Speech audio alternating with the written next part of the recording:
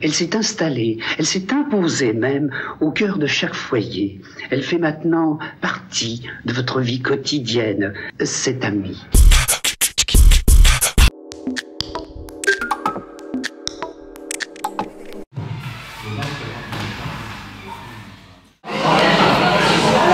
Mesdames, Messieurs, la séance est ouverte.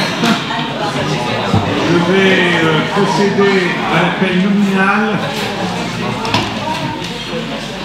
Alors, Marc Éthiopie,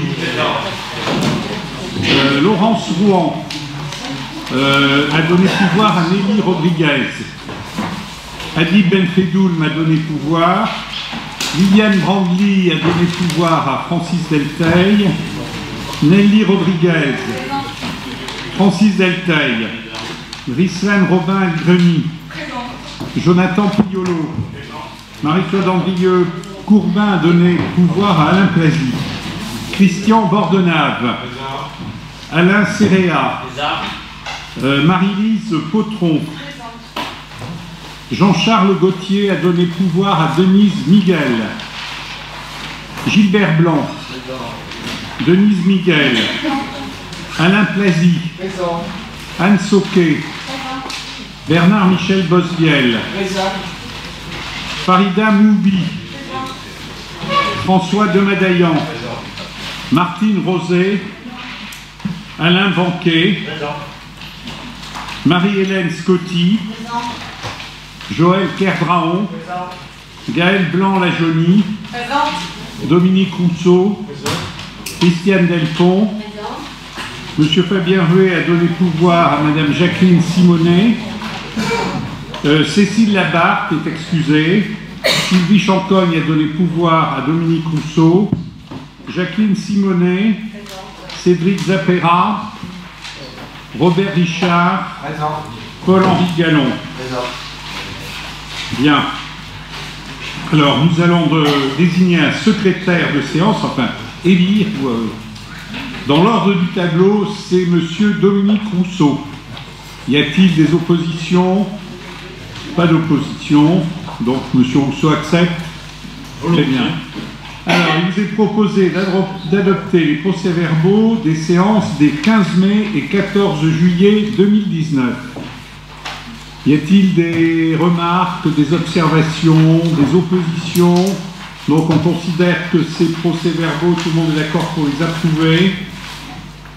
Bien. Et nous arrivons à l'ordre du jour. Il n'y a pas lieu de voter puisqu'il est conforme à celui qui avait été transmis avec la convocation.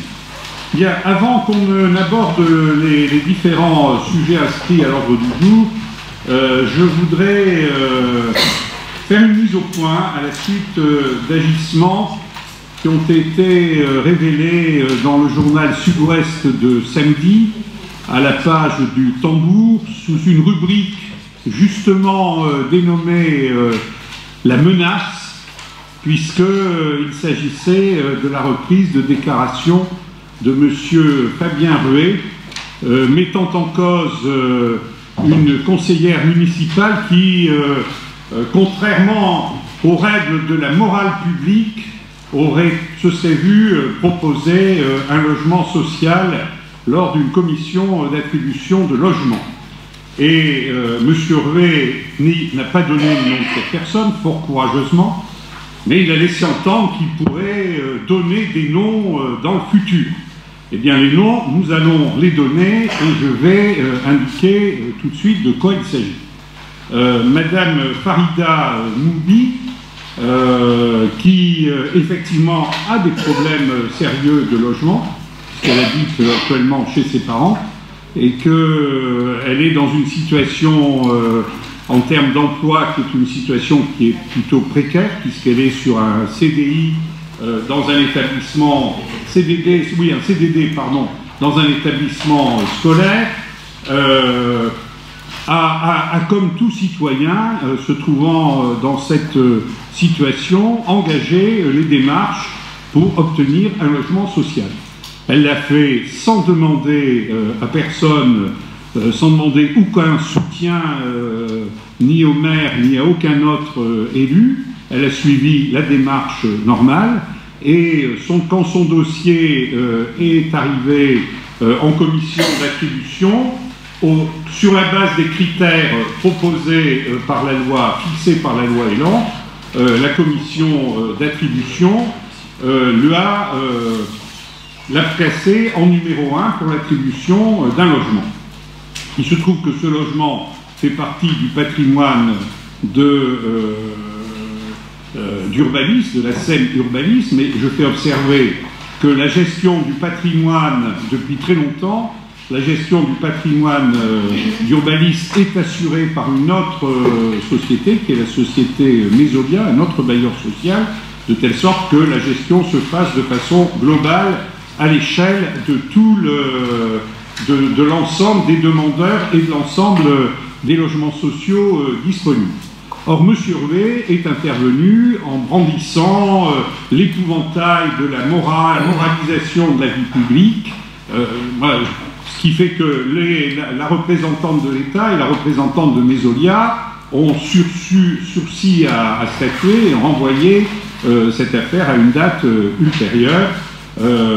Mais si on suit ce raisonnement, je voudrais faire observer que si un élu, on nous parle beaucoup du statut de l'élu aujourd'hui, si un élu qui remplit et qui a besoin effectivement d'obtenir un logement ne peut pas faire ce type de démarche, si un élu qui est au chômage ne peut pas s'adresser à Pôle emploi, si un élu dont les enfants, qui a plusieurs enfants et qui a des revenus modestes, ne peut pas saisir la caisse d'allocation familiale, je me demande bien ce que peut devenir le statut de l'élu, dont un certain nombre de personnages, de hauts personnages de l'État, se gargarisent beaucoup depuis quelque temps. Et donc, personnellement, je trouve cette affaire profondément regrettable, et je trouve vraiment tout à fait anormal que M. Rué utilise ses fonctions de représentation pour nuire socialement à une élue qui ne fait pas partie de son fan club et qui est confrontée à une situation difficile, comme c'est le cas aujourd'hui de Farida Mouli. Voilà ce que je souhaitais dire en préambule de cette séance. Pas d'observation, donc je vous propose qu'on passe à l'ordre du jour. Et donc, le premier sujet, ce sont les décisions prises par le maire et les adjoints dans le cadre des délégations reçues du conseil municipal. Vous avez eu communication de cet épais document dans lequel il y a à la fois des décisions concernant les tarifs, concernant la création de régies d'avance, des demandes de subventions, des conventions en matière d'optimisation de certains impôts, des règlements de sinistres, des marchés passés dans le cadre de procédures adaptées. Voilà, c'est ce à quoi nous sommes habitués, mais bien sûr, s'il y a des questions, nous sommes prêts à y répondre ce soir, ou le cas échéant, vous pouvez toujours vous adresser aux maires, aux élus référents ou aux services de la ville qui vous apporteront, je l'espère, toutes les informations utiles. Donc pas d'observation. Donc nous passons au premier rapport. Donc il s'agit du rapport d'utilisation de la dotation de solidarité urbaine et de cotisation et de cohésion sociale. C'est l'affectation des crédits 2018. Jonathan Priolo. Merci Monsieur le maire, vous avez l'habitude, chaque année on présente ce rapport. Je rappelle que la dotation de solidarité urbaine est l'une des composantes de la dotation globale de fonctionnement, qu'elle est attribuée par l'État aux communes en difficulté financière et sociale.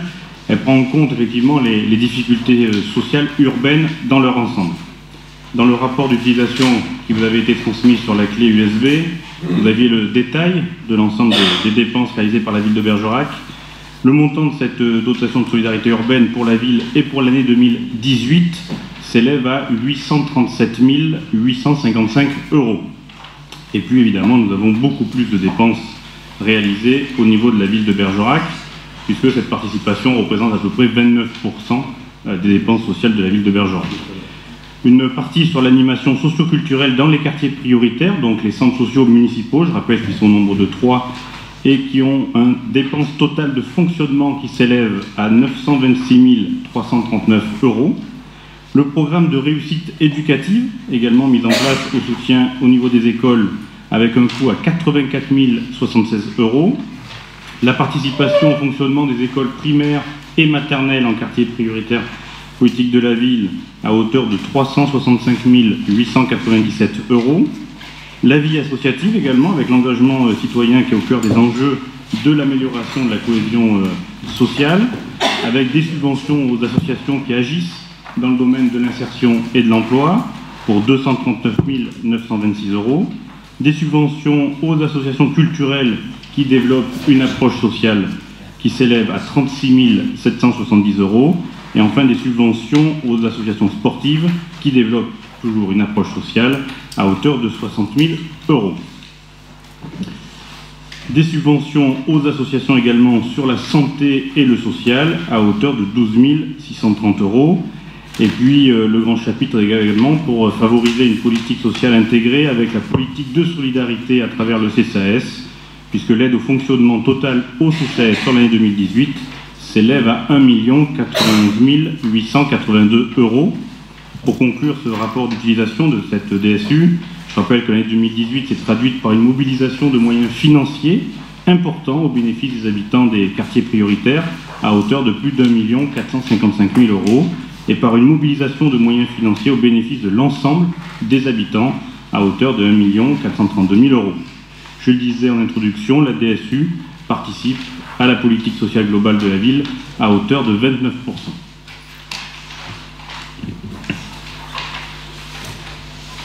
Bien, alors je crois qu'on a simplement à prendre acte de ce rapport. Oui, Madame Blanc. Oui, moi je voulais simplement rappeler une chose, parce que je l'avais déjà mentionné l'année dernière, lorsqu'il y avait eu présentation des actions de la politique de la ville et notamment du PRE. Moi je regrette l'absence de parité dans le traitement des dossiers du programme de réussite éducative. On vient de rappeler 84 076 € pour 232 bénéficiaires qui vont de 2 à 18 ans. Et quand on lit dans le détail ce qui nous a été fourni sur la clé USB, on se rend compte qu'en ont bénéficié 146 garçons et 86 filles. Et moi je regrette, j'avais déjà fait la mention de cette problématique l'an passé en disant que le différentiel n'est pas normal.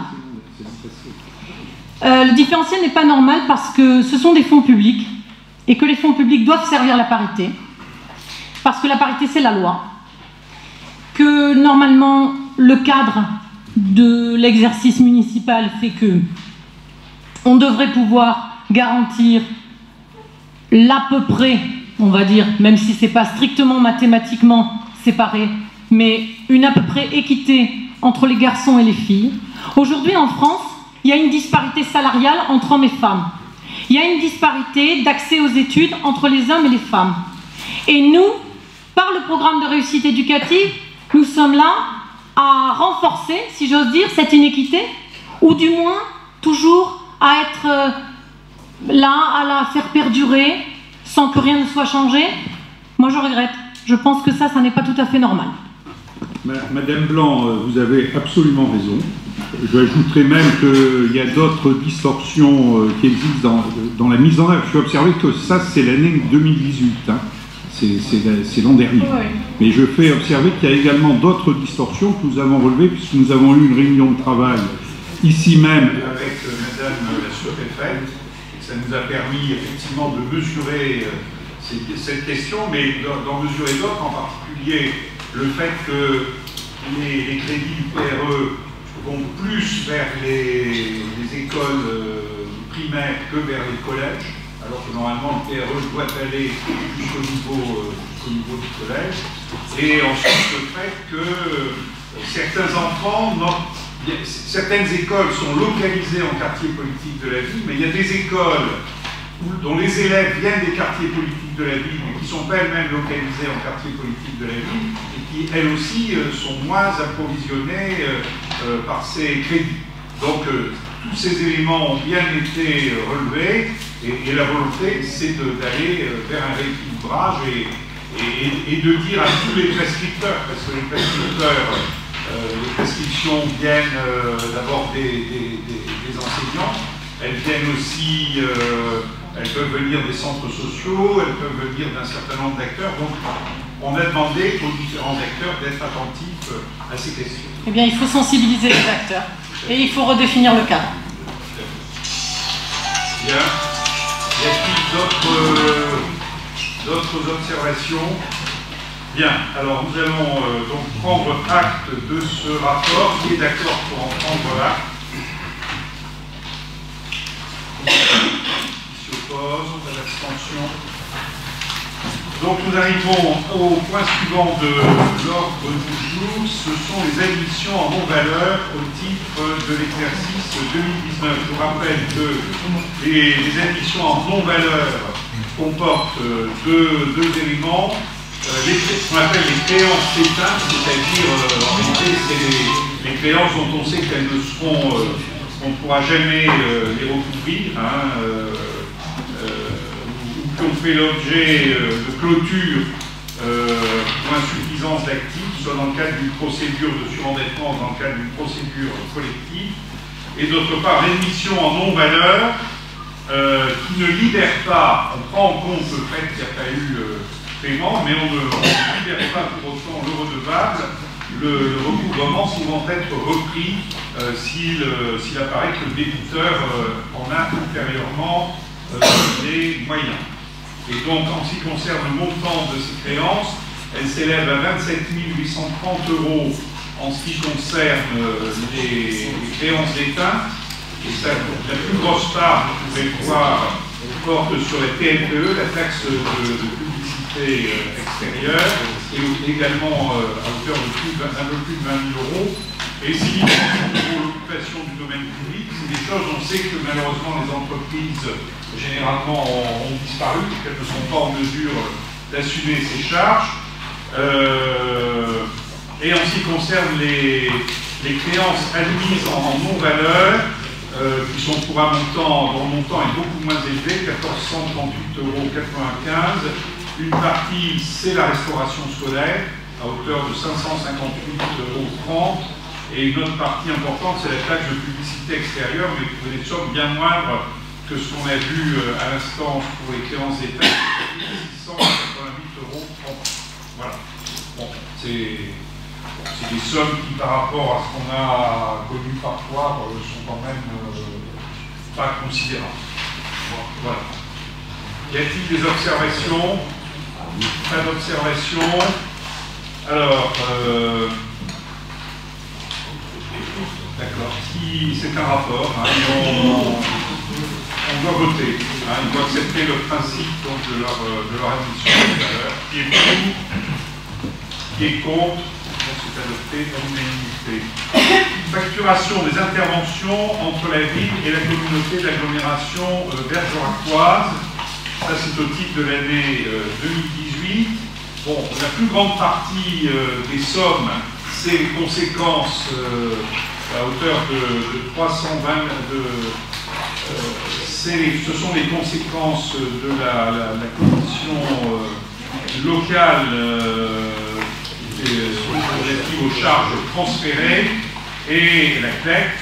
Et la plus grande partie, donc tout ça, c'est en fait, c'est la suite des accords qui sont intervenus entre la ville et la CLAC au moment où se sont faits un certain nombre de transferts. Et notamment, certaines fonctions ont été transférées à la CLAC, mais la ville continue à assurer l'entretien d'un certain nombre de matériel.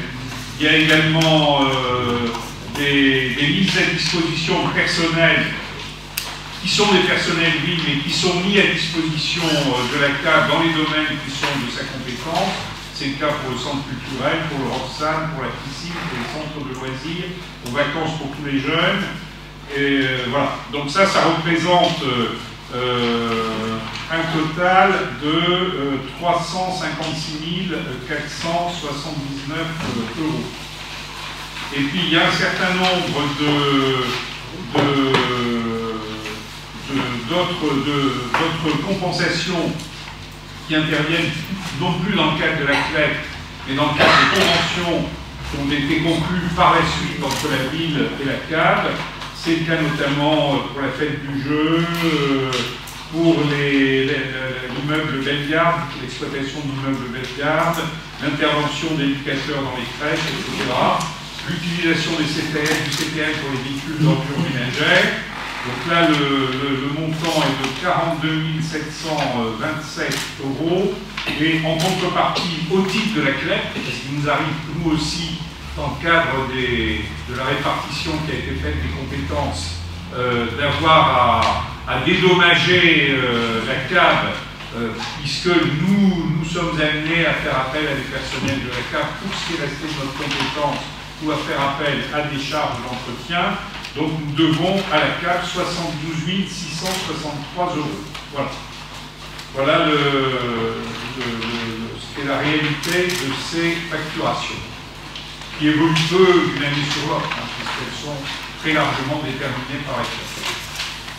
Y a-t-il des observations? Pas d'observation. Qui est d'accord pour approuver ces facturations réciproques, qui font l'objet d'ailleurs d'une compensation? Ensuite, le tableau des effectifs des emplois permanents. Vous avez le tableau de ces emplois. Je dois dire qu'il n'y a pas des modifications très importantes sur ce tableau. Il y a surtout des agents qui sont passés de temps partiel à temps complet, l'inverse. Il y a l'effet d'un certain nombre de promotions. Il y a aussi le fait que nous avons repris dans certains cas des personnels qui étaient en contrat aidé et que nous avons intégrés dans le cadre de la fonction publique territoriale. Voilà. Alors, je ne sais pas s'il y a des questions. Il peut y avoir aussi des changements de filière, c'est-à-dire des agents qui exerçaient la fonction publique, vous savez, est organisée par grandes filières, et certains agents, à certains moments de leur carrière, préfèrent changer de filière parce que ça leur donne, ça correspond mieux à la réalité de leur activité, ou parce que ça peut leur donner de nouvelles possibilités d'avancement ou de promotion. Voilà. Y a-t-il des observations? Pas d'observation. Alors, qui est pour? Qui est contre? Qui s'abstient? C'est adopté. Alors, création d'un poste supplémentaire dans le cadre du dispositif Parcours Emploi Compétences Rislane Robin et Grenier. Merci Monsieur le maire. Alors, le Parcours Emploi Compétences est une mesure gouvernementale qui s'inscrit dans le dispositif des contrats aidés. Vous venez d'en parler, Monsieur le maire. Au niveau de la ville, nous en avons créé pas mal.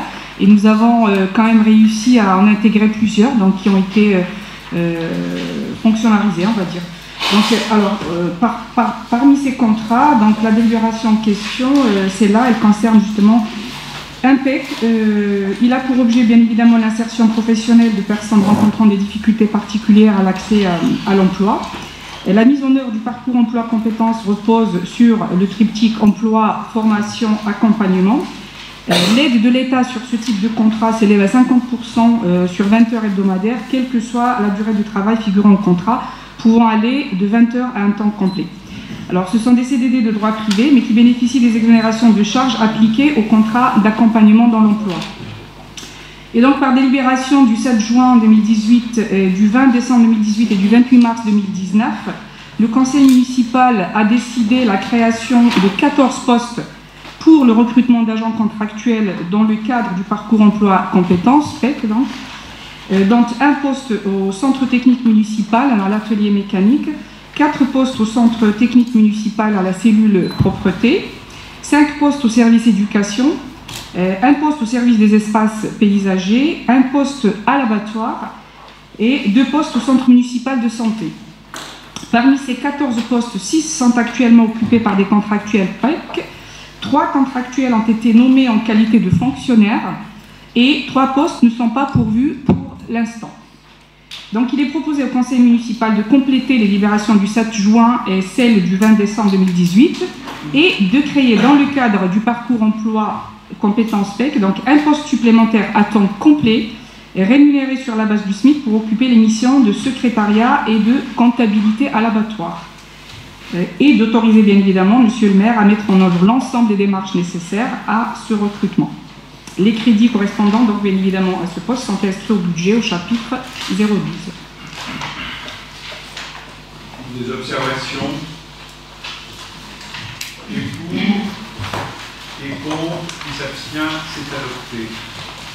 Création d'emplois non permanents pour faire face aux accroissements temporaires d'activité. Christelle Robin.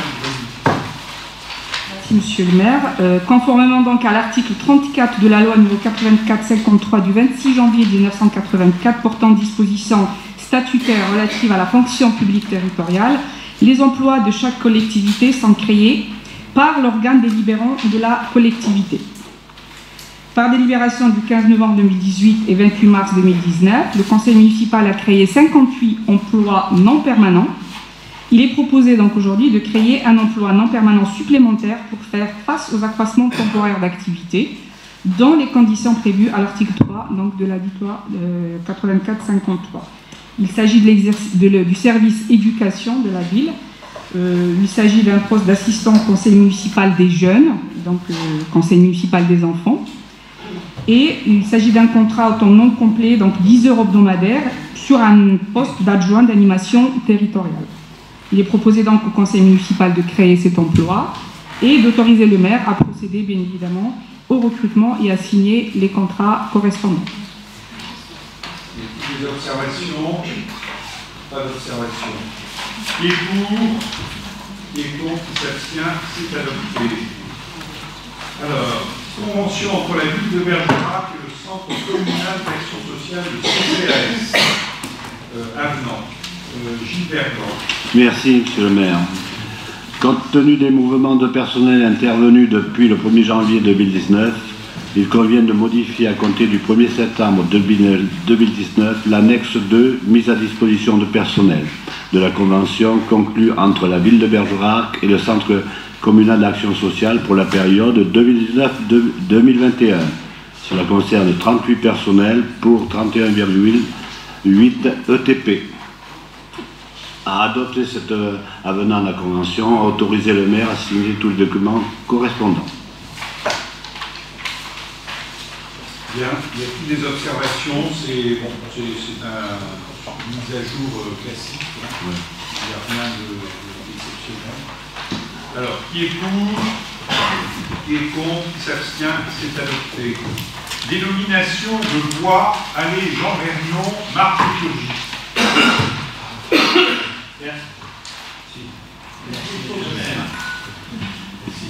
Il est proposé de procéder à la dénomination d'une allée comme suit. De dénommer l'allée Jean Vernon, perpendiculaire à la rue Armand Gau, desservant le gymnase Roland Dubos. Vous l'avez sur le plan. De l'appeler donc allée Jean Vernon, 1925-2018. Jean Vernon est né en 1925 à Cours-de-Pile et à 18 ans, il se préparait au concours national des professeurs de gymnastique. En 1943, il est reçu à ce concours, mais il est engagé en qualité de personnel civil au commissariat de Bergerac. Affecté au service des cartes d'identité, il produit de nombreux faux documents pour la résistance ou pour le sauvetage d'Israélites et communique de nombreuses informations. En juin 1944, il est arrêté, mais il parvient à s'échapper. Il entre alors dans le maquis de Bergeret, Maurice Soupias, de l'armée secrète. Il participe au combat de Moulédier et de la Ribéry sur la commune de Lembras, puis à la libération de Bergerac, période où il passe au groupe François Ier, armée secrète. En septembre 1944, il part pour l'Algérie. Démobilisé en septembre 1945, il devient enseignant d'éducation physique et sportive, bien sûr, à Bergerac et en particulier au lycée Henri IV, durant toute sa carrière, où ça a été un pédagogue d'avant-garde et qui avait une passion pour les pédagogies Montessori et Freinet que nombreux d'entre nous, ici, ont dû sûrement connaître. Il avait présidé jusqu'à ces dernières années l'association des anciens combattants de la résistance, l'ANAC, Il a été décoré de la Légion d'honneur au grade de chevalier.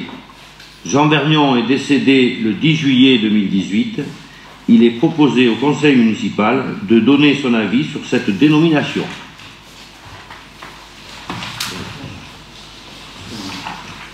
Y a-t-il des observations?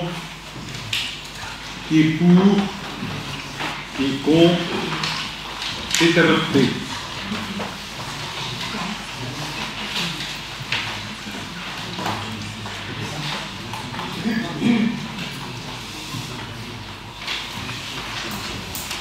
Alors, délibération suivante, nouvelle dénomination de l'école des Bords, pour laquelle nous proposons de donner à cette école le nom de Simone Veil.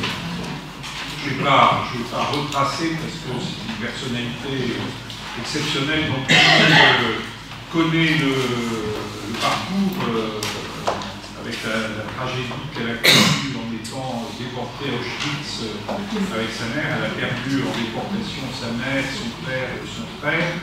Elle a ensuite été magistrate, elle a été engagée dans un grand nombre de missions souvent très difficiles avant d'entrer dans la vie publique. Elle a fait, on s'en souvient, légaliser l'avortement en 1975 comme ministre de la Santé. Elle a été la première présidente du Parlement européen, la première femme ministre d'État. Elle était membre du Conseil constitutionnel et élue à l'Académie française. Le problème pour nous, je crois qu'il y a eu plusieurs demandes, je le répète ici en conseil municipal, c'était de trouver un lieu qui, je dirais, permette réellement de mettre en valeur sa mémoire. Donc nous avons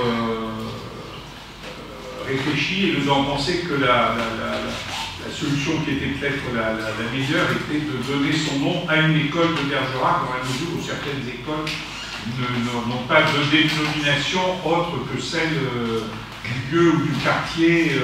Et c'est ce que nous avons proposé. C'est ce que nous avons proposé au conseil d'école de l'école des Bords, qui a accepté et qui s'appellera donc désormais École des Bords Simone Veil. Voilà. Je pense que c'était un hommage auquel s'associeront tous les membres du conseil municipal et l'ensemble des Bergeracois. Je rappelle aussi que Simone Veil est entrée avec son mari Antoine au Panthéon le 1er juillet 2018. Voilà, y a-t-il des observations? Pas d'observation. Qui est pour? Voilà, à l'unanimité. Alors, classe de découverte et journée culturelle, participation communale, Alain Banquet. Merci, monsieur le maire. Tous les 2 ans, les écoles de Bergerac ont le droit à prétendre à une classe de découverte pour 2 de leurs classes. Là, nous avons à examiner le cas de l'école maternelle Cyrano de Bergerac, qui est parti sur un site au Bois-Sacré au Bugue pour une somme de 600 €. La dépense est inscrite au budget principal au service éducation sur le compte 65 74-255. Il est proposé au conseil municipal d'accorder la participation communale à l'école concernée, d'autoriser le maire à signer les documents afférents. Y a-t-il des observations? Qui est pour? Je rappelle qu'on avait... Qui est contre? C'est adopté. Je rappelle qu'en principe, on essaie de grouper désormais dans une même délibération. Le problème, c'est qu'il y a des sorties qui se produisent à des dates espacées. Alors, avenant au contrat de ville 2015-2022, protocole d'engagement réciproque et renforcés et réciproques. Jonathan Priolo. Merci, monsieur le maire. Effectivement, il a été décidé une mobilisation nationale pour les quartiers prioritaires, et donc il y a des objectifs qui ont été précisés. Le premier, c'est de garantir les mêmes droits, le deuxième, de favoriser l'émancipation, et le troisième, refaire République. Donc à l'issue de cette concertation, une feuille de route avec 5 programmes ont été fixés et adoptés. Le premier sur la sécurité, le deuxième sur l'éducation, un troisième sur l'emploi, sur le logement et enfin sur le lien social. Dans le protocole d'engagement renforcé et réciproque que vous avez sous les yeux, l'avantage de ce protocole, c'est que ça va permettre de proroger jusqu'en 2022 le contrat de ville ici sur le territoire bergeracois. Il est nécessaire qu'il y ait une transparence, une transversalité de l'information, ça a été demandé par les acteurs, puisque ce protocole d'engagement a été réalisé avec les services de l'État, avec les services politiques de la ville de Bergerac, de la communauté d'agglomération, et puis sur les acteurs, on s'est beaucoup appuyé sur les acteurs qui participent aux différentes actions du contrat de ville, et puis également aux habitants à travers les conseils citoyens. Une communication sur le travail effectuée par les partenaires, c'est ce qui a été mis en place à travers un petit livret, un petit journal de la politique de la ville. Former également les acteurs de terrain, ça a été demandé, ça a été réalisé. Valoriser les actions portées pour que chaque association puisse faire un peu la promotion de ces différentes actions sur notre territoire. Des indicateurs complémentaires également ont été demandés pour savoir exactement le nombre de personnes qui participaient aux différentes actions. On a souhaité également animer le réseau des partenaires, des signataires, de façon à ce qu'il y ait plus de réunions, de comités de pilotage, afin qu'il y ait une meilleure organisation sur le territoire, qu'il n'y ait pas d'événements qui se chevauchent au niveau de la politique de la ville. Et puis enfin, garantir, avec un soutien accru aux projets menés sur plusieurs années, c'est-à-dire qu'il y a des projets qui viennent une première fois au niveau de la politique de la ville, et c'est de voir comment on peut les faire perdurer dans le paysage politique ici sur Bergerac. Voilà ce protocole d'accord. Il est proposé au conseil municipal de valider l'avenant au contrat de ville d'agglomération de Bergeracoise 2015-2022. Je rappelle que le comité de pilotage s'est réuni le 11 septembre 2019 en sous-préfecture en présence de monsieur le préfet et de nombreux partenaires signataires. Et donc on a pu signer ce fameux protocole d'engagement renforcé et réciproque. Est-il des observations? Pas d'observation. Qui est pour? Qui est contre? Qui s'abstient? C'est adopté. Mise en place d'une délégation de service public sous forme de concession pour la gestion de l'abattoir de Bergerac. Voilà ce que nous avions adopté dans un précédent conseil, mais la préfecture nous demande des compléments d'information et des ajustements. Francis Deltel. Merci Monsieur le maire. La ville gère actuellement en régie l'abattoir situé route de Saint-Albert à Bergerac. La Chambre régionale des comptes, la préfecture et la Direction générale des finances publiques préconisent que l'abattoir soit géré par une structure juridique plus adaptée à cette activité industrielle et commerciale. De plus, l'activité de l'abattoir dépasse largement les frontières communales de Bergerac et de nouveaux partenaires doivent être associés à cette activité. La communauté d'agglomération bergeracoise, le département de la Dordogne, le Grand Périgueux notamment, ainsi que les principaux clients. La ville envisage donc le retour à une délégation de services publics sous forme de concession portant sur la gestion et l'exploitation de la structure ainsi que sur la réhabilitation du bâtiment.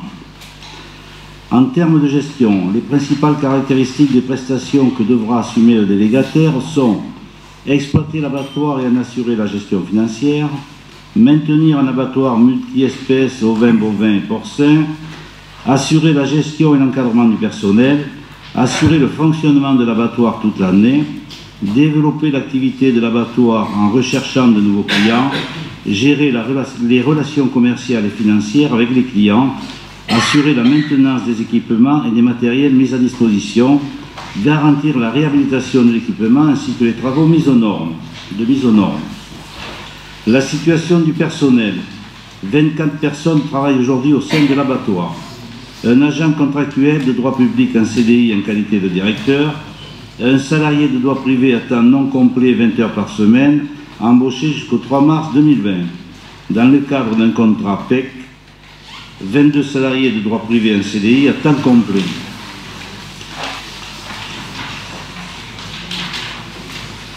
Dans le cadre d'une délégation de service public, tous les agents contractuels de droit public ou de droit privé, quel que soit le motif de leur recrutement, sont transférés à l'organisme délégataire. Le comité technique a rendu un avis favorable au principe de cette délégation de service public lors de sa séance du 24 juin 2019. La commission consultative des services publics locaux a rendu un avis favorable lors de la séance du 27 juin 2019.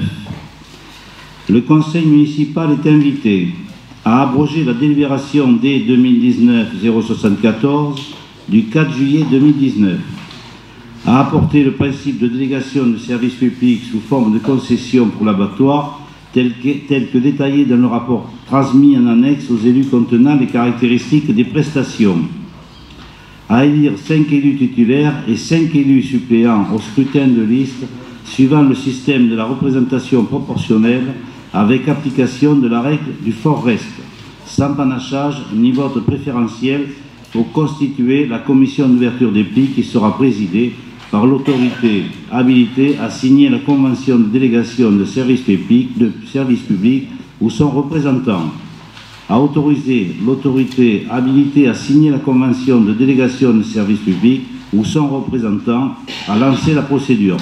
Vous avez trouvé joint sur la table un document comportant une modification à apporter à la délibération. C'est la partie grisée. Voilà, merci Francis. Je voudrais ajouter que je vous rappelle qu'on a aussi adopté le principe de la constitution d'une société d'économie pour gérer à la limite du territoire, dans le cadre qu'on trouvera bien sûr dans le cadre de la délégation de l'appel à candidature pour la délégation de service public, et que pour la mise en place de cette SEM, nous avons des accords de principe assez larges. La communauté d'agglomération bergeracoise délibérera lors du prochain conseil communautaire, et nous avons aussi des accords de principe qui ont besoin de se concrétiser formellement, du Grand Périgueux, du Pays d'Oc, c'est-à-dire la région des Hésies, le Bug, et puis également le département de la Dordogne. Et ça correspond au fait que tous ces acteurs sont bien conscients du fait que sur cette affaire d'abattoir, nous sommes engagés sur des intérêts à la fois pour les producteurs, mais aussi pour les consommateurs, qui dépassent de très loin la seule ville de Bergerac. Et j'ajoute aussi que nous sollicitons, et nous aurons de nouveau, on a eu des premiers contacts avec eux, nous sollicitons également les principaux clients et peut-être aussi les bouchers qui peuvent peut-être se fédérer autour de ces abattoirs qui eux aussi manifestent un intérêt très fort à sa pérennité. Voilà. Y a-t-il des questions, des observations? Bien. Qui est pour? Qui est contre? Qui s'abstient? C'est adopté. Alors, il faut revalider la liste. Alors,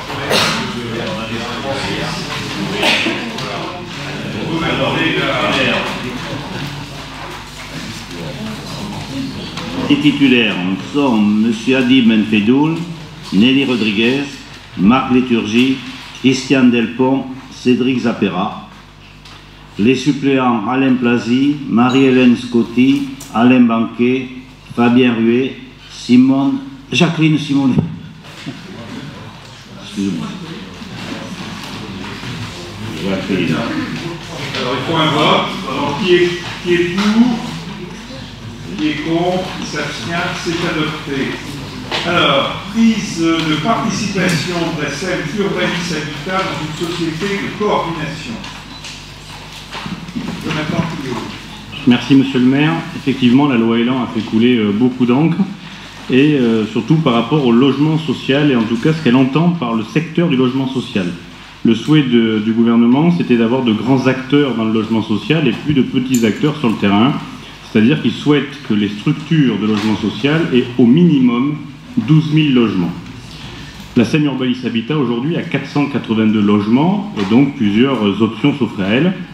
La première, c'était de fusionner avec un groupe ou plusieurs groupes existants et de faire ou d'avoir ensemble 12 000 logements, soit de vendre le patrimoine à un bailleur local qui aurait pu être présent sur le territoire. Et puis il y avait une autre possibilité qui avait été mentionnée dans la loi Elan, c'était la possibilité de constituer une société anonyme de coordination au niveau national. Et donc avec la Fédération des entreprises publiques locales, nous avons commencé à travailler, à rédiger des statuts de façon à créer cette société. Plusieurs bailleurs, comme Urbalis Habitat, plusieurs SEM, sociétés d'économie mixte comme Urbalis Habitat, ont souhaité créer ensemble cette société de coordination. Nous avons fait plusieurs réunions en région et puis également à Paris.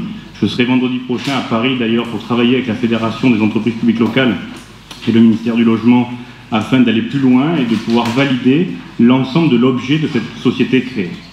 Cette société, à nous tous, nous allons pouvoir avoir ces 12 000 logements nécessaires pour pouvoir rester sur le territoire. Pour nous, c'est important de garder la SEM Urbalis sur le territoire puisque, outre le logement social qu'elle fait, ici sur Bergerac, elle a également des locaux professionnels et elle accompagne également la collectivité sur différentes concessions. Concessions de travaux, on l'a vu avec la construction de la maison d'accueil temporaire qui sera livrée d'ici la fin de l'année. On le voit avec la concession d'aménagement sur l'îlot insalubre, sur l'îlot Bergren, qu'on a souvent ici parlé en conseil municipal. Donc pour nous, la SEM Urbalis, c'est important de la garder sur le territoire et de continuer à pouvoir travailler ici avec la ville de Bergerac. Vous avez différents objectifs qui sont mentionnés. Le premier pour nous, c'est de garder cette proximité qu'on a avec l'ensemble de nos locataires et puis développer également quelques partenariats qui vont nous permettre avec les autres structures de voir plus grand et de voir plus loin. Ce que je souhaite dire également, c'est qu'on a souhaité mutualiser, c'est-à-dire que la société que l'on va créer au niveau national, c'est pas simplement une société simplement pour dire que tous ensemble on a 12 000 logements. C'est aussi pour avoir de la prestation à travers cette société. Donc vous le savez, la SEM Urbalis Habitat aujourd'hui elle est gérée à travers un contrat de management avec Mesolia, avec le syndic Barrière, avec la CET. Et certaines prestations que nous payons nous aujourd'hui en tant qu'Urbalis Habitat à la CET pourront être réalisées, donc payées à cette société qui nous appartiendrait. Donc voilà ce que l'on vous propose aujourd'hui. Ce que l'on vous propose, c'est d'approuver la prise de participation de la SEM Urbalis Habitat dans le capital de la société de coordination en cours de constitution pour un montant maximum de 20 000 €. C'est bien la SEM Urbalis qui prendra des parts au capital de la société anonyme de coordination. Ça ne coûte absolument rien à la ville de Bergerac. Et d'autoriser ses représentants au conseil d'administration de la SEM Urbalis Habitat à voter en faveur de ce projet. Y a-t-il des observations? Alors, je veux dire qu'on s'est expliqué là-dessus, puisque la loi a imposé de regrouper les bailleurs sociaux qui n'atteignaient pas à un certain seuil. C'est bien qu'ici en Dordogne, il y a eu la volonté forte de regroupement. Mais je veux dire qu'on s'est expliqué avec les acteurs du département, du Grand Périgueux, de telle sorte que on n'est pas dans une démarche en opposition à eux, on est dans une démarche simplement de préserver ces capacités d'agir qui sont extrêmement utiles pour la vie. Qui est pour? Qui est contre, qui s'abstient, c'est adopté. Alors, participation de la ville au capital de la Société d'économie du Périgord, la SEMIPER, Christian Bordenave. Merci, Monsieur le maire. Donc, par courrier en date du 7 août, la SEMIPER informe la ville de Bergerac que sur les bases d'une analyse rétrospective de sa structure, de son fonctionnement, de ses activités, de ses résultats sur les exercices 2015 à 2018, elle engage un important plan de déploiement et d'évolution stratégique portant sur la prochaine période 2019 à 2023 et bâti autour de deux objectifs qu'elle rappelle: le confortement de ses missions d'assistance à maîtrise d'ouvrage, dites cœur de métier, qui lui ont permis ces dernières années de regagner la confiance des grands donneurs d'ordre public que sont la région Nouvelle-Aquitaine, le département de la Dordogne, le syndicat mixte Périgord numérique, ainsi que la CAB et les communautés de la CAB et celle du Grand Périgueux. Deuxième objectif, une diversification de ses activités vers la promotion et ou le portage immobilier afin de retrouver un rôle de développeur des territoires au service des collectivités. Cette ligne directrice passe dans un premier temps par la restructuration des fonds propres de la société, uniquement portés par son actuel actionnariat. Dans un deuxième temps, interviendra une augmentation de capital qui sera portée essentiellement par le département de la Dordogne et la Caisse des dépôts et consignations, principaux actionnaires. La ville, dont pourrait rentrer au capital de la SEMIPER au même niveau que la ville de Périgueux, après restructuration des fonds propres. Donc il est proposé au conseil municipal d'accompagner cette seconde phase en entrant au capital de la Semipere à hauteur d'environ 4 500 €, soit 1350 actions à 3,333 € l'une. Est autorisé. Monsieur le maire a signé tous les documents à faire. Voilà, monsieur. Des observations. Oui. Monsieur le maire. Merci. Simplement, en tant que conseillère départementale, je voulais faire un petit point sur la Semipere.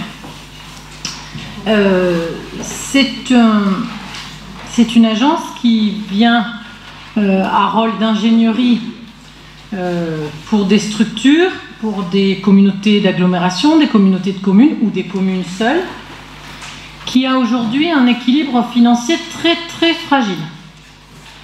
Ça a fait beaucoup de débats au sein du conseil départemental, dans l'assemblée du conseil départemental. C'est une structure pour laquelle la Cour régionale des comptes a émis qu'elle avait des frais de fonctionnement qui étaient bien trop élevés. Et le département a remis de l'argent au capital. Aujourd'hui, c'est vrai, il faut le reconnaître, elle est en voie de redressement, mais elle est en voie de redressement uniquement parce que la région lui fournit les chantiers des lycées. Donc il faut que ça dure, quoi. En fait, c'est un peu comme la mère de Napoléon quand elle disait « pourvu que ça dure ». Voilà. Donc l'engagement auprès de la Semipere, il faut que ça se fasse sans que ce soit nous qui venions à boucher le trou un jour. Madame Blanc, je crois qu'il y a eu effectivement la Semipere a connu dans le passé d'importantes difficultés, chose qu'on sait. Il y a eu quand même dans la période récente, et ça a été évoqué par Christian Bordenave, un effort de restructuration des fonds propres. Il va y avoir également, pour donner une meilleure assise financière à cette structure, une augmentation de capital. Nous allons y participer. Je voudrais dire que ce qui est important dans cette affaire, d'abord, c'est qu'effectivement, on redonne à la Semipere les conditions de travailler et de repartir sur de meilleures bases. C'est important. Mais ce qui est important aussi, et je crois qu'il faut le souligner, c'est que dans ce département, on a été pendant longtemps, d'abord avec une certaine opposition Périgueux, Bergerac ou Bergerac-Périgueux, avec chacun jouer un petit peu sa carte. Je crois que c'est un petit peu nouveau dans le département de la Dordogne, c'est qu'on essaie de travailler désormais tous ensemble et de se battre sur un certain nombre de projets importants tous ensemble. On l'a bien vu sur l'affaire de la voie ferrée. On le voit, on l'a bien vu également, tout le monde a été très largement solidaire sur la déviation de Meynac. Donc je veux dire, il y a vraiment, on voit aussi sur l'affaire de l'abattoir, tout le monde a la volonté de travailler ensemble. Je crois qu'il y a un esprit nouveau dans ce département et que pour cette raison aussi, il est important que la ville de Bergerac soit partie prenante dans la Semipere et qu'on ne fasse pas cavalier seul à l'intérieur du département. Sarlat et Périgueux, ils sont également. Donc ça montre bien qu'il y a une volonté de travail en commun à laquelle je pense que nous devons souscrire. Il faut une volonté au départ. Bien. Le nettoyage des fonds. Qui est pour? Bien, c'est adopté à l'unanimité. Alors, opération sur les installations d'éclairage public, demande au syndicat départemental d'énergie de la Dordogne, Christian Bordenave. Merci monsieur le maire. Bon, mais comme vous avez l'habitude, nous présentons un certain nombre d'opérations qui vont être soumises effectivement à l'avis du SDE et surtout aux études du SDE. En ce qui concerne ce dossier, il concerne trois rues ou trois endroits, trois emplacements. L'extension rue Jeanne et Yvonne d'Agnas, remplacement foyer numéro 4081 rue Nelson Mandela et l'éclairage du parking Salengro. Vous avez les photos. Ce sont des vieilles opérations qui enfin débouchent. Je pense que certains riverains notamment qui seront bien contents. Le montant total de ces opérations, dont le SDE 24 est maître d'ouvrage, est de 28 661,40 € hors taxes La prise en charge par la ville s'établit de 45% à 70% du coût réel. Les crédits correspondants sont déjà inscrits au budget 2019 de la ville. Le conseil municipal est donc appelé à accepter les opérations des rues Jeanne et Yvonne Dagnas et Nelson Mandela et du parking Salengro et s'engager à y participer selon les modalités et dans les conditions financières exposées ci-dessus et autoriser M. le maire à signer toutes les pièces afférentes. Des observations? Qui est pour? Voilà. Emplacement d'un coffret rue du collège. Alain Plazy. Merci Monsieur le maire. Pour des raisons de sécurité. Il faudrait peut-être que vous me disiez où est la rue du collège, qui est une rue que peu de gens connaissent. La rue du collège ou la rue du collège? Ouais, c'est une petite rue qui est derrière l'école Romain Roland. Pas en parallèle de la rue du Saint-Esprit. Le long du parking souterrain. Donc pour des raisons de sécurité, les services d'Enedis sont amenés à remplacer le coffret électrique basse tension situé rue du collège, afin d'assurer l'alimentation électrique enterrée de ce coffret, lui-même encastré dans le mur d'un bâtiment municipal cadastré section DL numéro 1. Il est nécessaire d'établir une convention de servitude dont le projet est joint à la présente délibération. Le conseil municipal est appelé à approuver le projet de convention de servitude ici joint. Autoriser le maître Bonovan, notaire à Bergerac, à assurer les correspondances avec le notaire d'Enedis et autoriser le maire à signer l'acte et toute autre pièce administrative nécessaire à l'aboutissement de cette procédure. Bien. Qui est pour? Vente d'un appartement et du local de l'ancienne poste à la Madeleine, à la SCI Joda, désaffectation et déclassement. Marie-Lise Potron. La SCI Joda, dont le siège social est situé à la Monzie, se porte acquéreur de l'ancien local de la Poste situé au rez-de-chaussée et d'un appartement au premier et deuxième étage de l'immeuble situé au 23 place de la Madeleine. Ce bâtiment a été évalué par le service du domaine à 46 500 €. L'acquéreur propose donc un montant de 50 000 €, se composant en 41 305 € net vendeur et 8 695 € de commission d'agence. Pour permettre la vente, il convient de procéder à la désaffectation et au déclassement du domaine public de l'ancien local de la Poste d'une superficie de 60 m². La désaffectation a été constatée par procès-verbal d'huissier le 27 mars 2019, le local n'accueillant plus de public. Le conseil municipal est invité à constater la désaffectation du local anciennement loué à la Poste.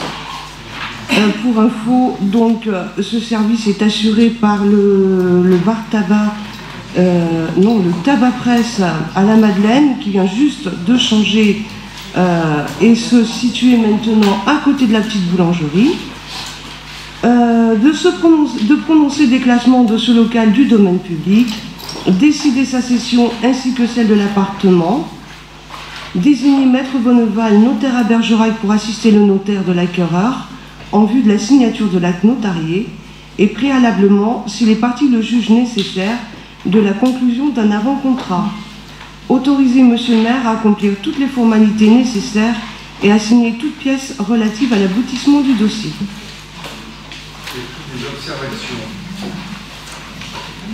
Pas d'observation. Et pour?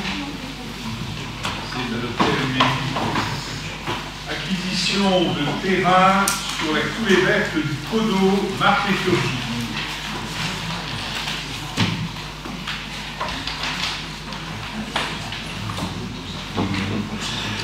Bien. Après, effectivement, négociation, la ville est aujourd'hui en mesure d'acquérir des parcelles en vue de la réalisation de la continuité foncière de la coulée verte du ruisseau Le Codo. Le tableau ci-dessous détaille les opérations d'acquisition envisagées par la ville, en l'occurrence deux terrains. Le premier qui va permettre la jonction entre la route de la Force et la route de Prigonrieux, qui est les terrains de la distillerie de Dordogne. Ça représente 4807 mètres carrés. Le démarrage est route de la Force et la continuité se fera par l'école de Maison. Le montant de l'acquisition est évalué à 55 000 € net vendeur. Le bornage par un géomètre est à la charge de la ville. La signature de l'acte notarié au plus tard en décembre 2019, avec règlement en janvier 2020. La deuxième acquisition, c'est un terrain qui borde la route de la Brunetière, sur son côté gauche quand on part de la maison Montesquieu, et qui va faciliter du coup la traversée de cette fameuse route de la Brunetière, et qui est un terrain qui appartient à Madame Marie-Thérèse Gallet. Il y en a pour 1119 mètres carrés environ, c'est 32 rue Montesquieu. On est sur une base de 10 € le mètre carré, et le bornage est assuré par un géomètre à la charge de la ville. Le conseil municipal est invité donc à décider l'acquisition des parcelles ci-dessus désignées, aux conditions mentionnées, désigner maître Bonneval, notaire à Bergerac, pour rédiger les actes notariés correspondants. Enfin, autoriser le maire à accomplir toutes les formalités nécessaires et à signer toutes les pièces relatives à l'aboutissement de ces dossiers. J'ajouterai que d'ici la fin de l'année, nous vous présenterons, compte tenu de l'ensemble des acquisitions qui ont été faites depuis le début de ce mandat, nous vous présenterons sur un plan général la continuité de ce qui existe aujourd'hui, et il en manque très peu pour que l'on puisse prochainement aménager effectivement cette coulée verte qui permettra de rejoindre Pomone à la confluence du Coteau sur la Dordogne. Bravo Marc. Alors, y a-t-il des observations? Pas d'observation. Qui est pour? Qui est contre? Tout s'est adopté à l'unanimité.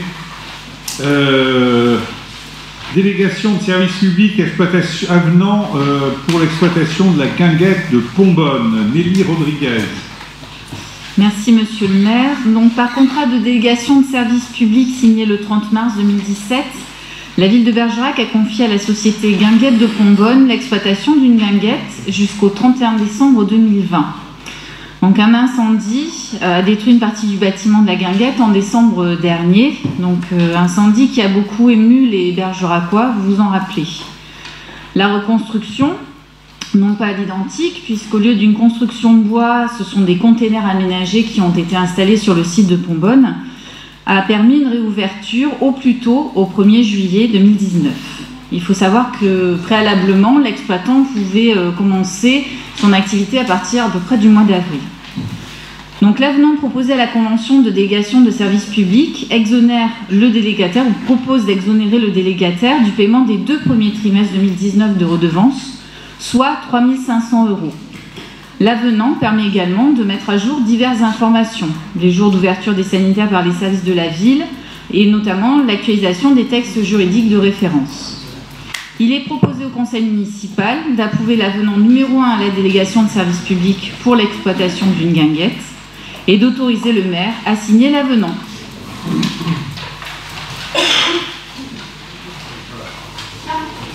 Le directeur général des services me fait observer que les loyers que nous perdons à cause de ce sinistre sont pris en charge par l'assurance.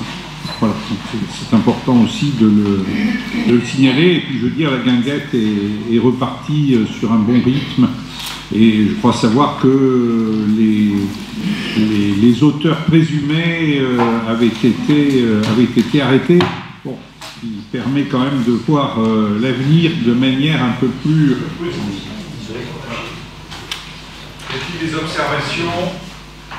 Qui est pour? Enfin, nous arrivons à une délibération qui concerne l'allée André-Lévesque, une nouvelle délibération concernant la vente d'un terrain à la CRL Dordogne Promotion et concernant aussi la désaffectation et le déclassement d'une voie. Michel Bosniel. Merci Monsieur le maire. Par délibération en date du 4 juillet 2019, le conseil municipal a décidé la vente à la CRL Dordogne Promotion d'une parcelle située allée André-l'Évêque d'une superficie d'environ 4475 m². Cette délibération doit être abrogée pour être complétée. Par délibération en date du 8 juin 2016, la ville a acquis pour 1 euro de la CNPE et du RENCO des propriétés situées à l'allée André-l'Évêque et en contrepartie de travaux de voirie d'assainissement. Ces biens ont été mis en vente par la commune de 2 parcelles non bâties, font l'objet d'une proposition d'achat de la CRL d'Ordogne Promotion, représentée par Marcel Chassaigne. Le promoteur envisage la réalisation de 6 unités d'habitation.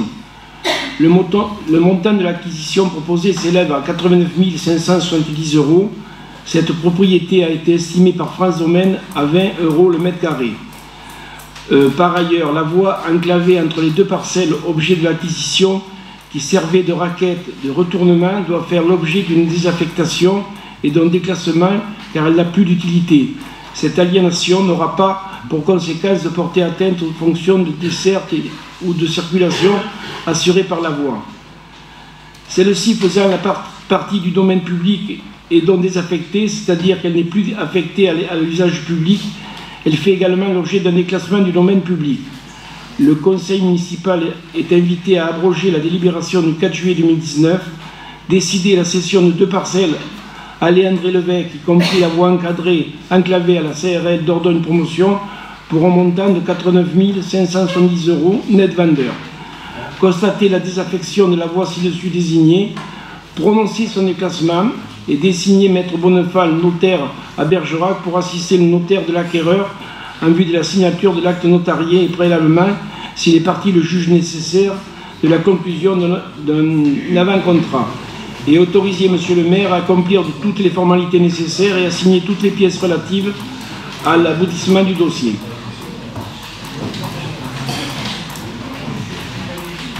Des observations, je rappelle que la SFE ne vous a pas donné ces terrains comme ça, c'est pour l'euro symbolique, il y avait des engagements de la ville en contrepartie en matière d'assainissement à proximité des SFE. Je veux quand même donner cet élément.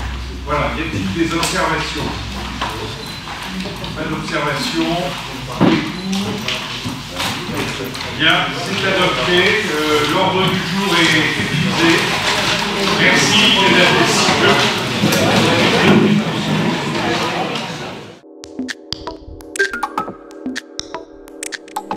Elle s'est installée, elle s'est imposée même au cœur de chaque foyer. Elle fait maintenant partie de votre vie quotidienne, cette amie.